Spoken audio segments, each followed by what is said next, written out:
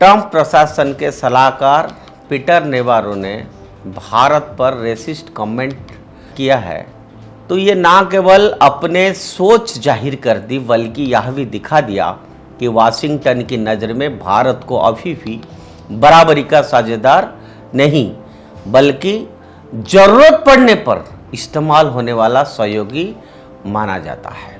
भारत अब कमजोर कड़ी में नहीं है, उसके पास रूस जैसा भरोसेमंद ऊर्जा साझेदार है, चीन जैसा बड़ा व्यापारिक पड़ोसी है और एससीओ ब्रिक्स जैसे मंच है जो लगातार वजनदार होते जा रहे हैं।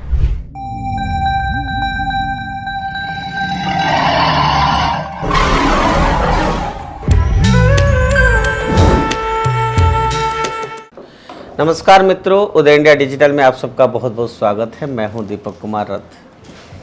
आज इंडिया थिंग्स में आपको ये बताना चाहते हैं कि अमेरिका दूतावास ने कल भारत अमेरिका के रिश्तों पर एक भावनात्मक पोस्ट डाली है और दिलचस्प बात यह है कि यह ठीक उसी वक्त आया ये बयान जब प्रधानमंत्री नरेंद्र मोदी तियानजिन में एससीओ शिखर सम्मेलन में रूस के राष्ट्रपति व्लादिमीर पुतिन के साथ बातचीत कर रहे थे। इससे पहले ट्रंप प्रशासन के सलाहकार पीटर नेवारो ने भारत पर रेसिस्ट कमेंट, जिसको नस्लीय कटाक्ष करके या किया है, तो ये ना केवल अपने सोच जाहिर कर दी बल्कि यह भी दिखा दिया कि वाशिंगटन की नज़र में भारत को अभी भी बराबरी का साझेदार नहीं बल्कि जरूरत पड़ने पर इस्तेमाल होने वाला सहयोगी माना जाता है। सवाल यह है, क्या अमेरिका वाकई इस रवैये के साथ 21वीं सदी की राजनीति में विश्व में टिक पाएगा?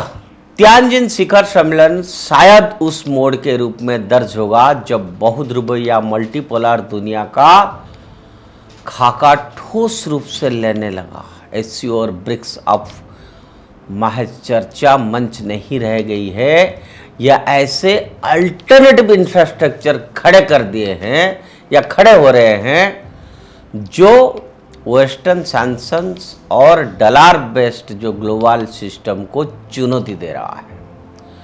भारत रूस चीन के बीच बढ़ती नज़दीकियां इसी दिशा का संकेत है। अमेरिका को यह अच्छी तरह से समझ आ चुका है, इसलिए अचानक से रिश्ते सुधारने की बेचैनी दिखाई दे रही है। ट्रंप का तारीफ हथियार भारत पर रूसी तेल को लेकर लगाए गए प्रतिबंध और बार बार दबाव डालने की जो राजनीति ने पिछले कुछ दिनों में वह सब बिगाड़ दिया जैसे बनाने में दशकों लगे थे। भारत ने साफ कह दिया कि उसकी विदेश नीति अब किसी एक ध्रुव की दया पर नहीं चलेगी। तेल हो या व्यापार, नई दिल्ली फैसले खुद लेगी। यही वजह है कि अमेरिका की हड़बड़ी आज साफ दिख रहा है। एससीओ और ब्रिक्स देशों का मकसद केवल सुरक्षा सहयोग तक सीमित नहीं है। इन मंचों पर alternative payment system, trading in local currency and new financial arrangements पर तेजी से काम हो रहा है। अगर ये सफल होता है तो दुनिया का आर्थिक नक्शा बदल जाएगा, डॉलर की पकड़ ढीली पड़ेगी और अमेरिकी प्रभाव स्वतः सिकुड़ जाएगा।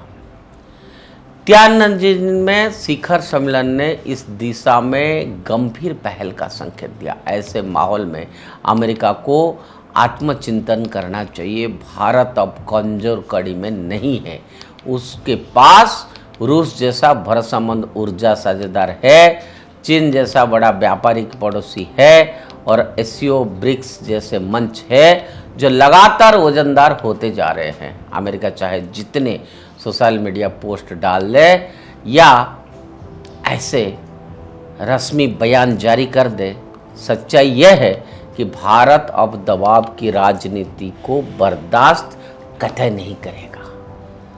नबरों का नस्लवादी बयान अमेरिकी की वही पुरानी मानसिकता उजागर करता है, भारत से दोस्ती करो पर बराबरी पर नहीं। ये सोच अमेरिका को नुकसान पहुंचा रही है।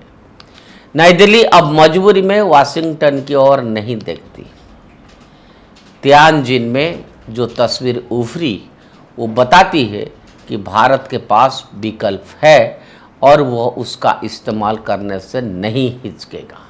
निष्कर्ष साफ है, अगर अमेरिका को 21वीं सदी की नई विश्व व्यवस्था में प्रासंगिक बने रहना है तो उसे भारत के साथ संबंधों में ईमानदारी और सम्मान दिखाना होगा, वरना एससीओ और ब्रिक्स जैसे मंचों धीरे धीरे वो काम कर देंगे जिससे अमेरिका का प्रभाव एशिया में नहीं रहेगी, पूरी दुनिया में घटता चला जाएगा सब कुछ। भारत अब किसी का मोहरा नहीं बल्कि खुद एक ध्रुव है। अमेरिका के पास अभी भी मौका है, लेकिन वक्त तेजी से निकल रहा है, ये बात अमेरिका को समझना पड़ेगा। आज के लिए इतना। उदय इंडिया से जुड़े रहिए और उदय इंडिया सब्सक्राइब करिए। वंदे मातरम।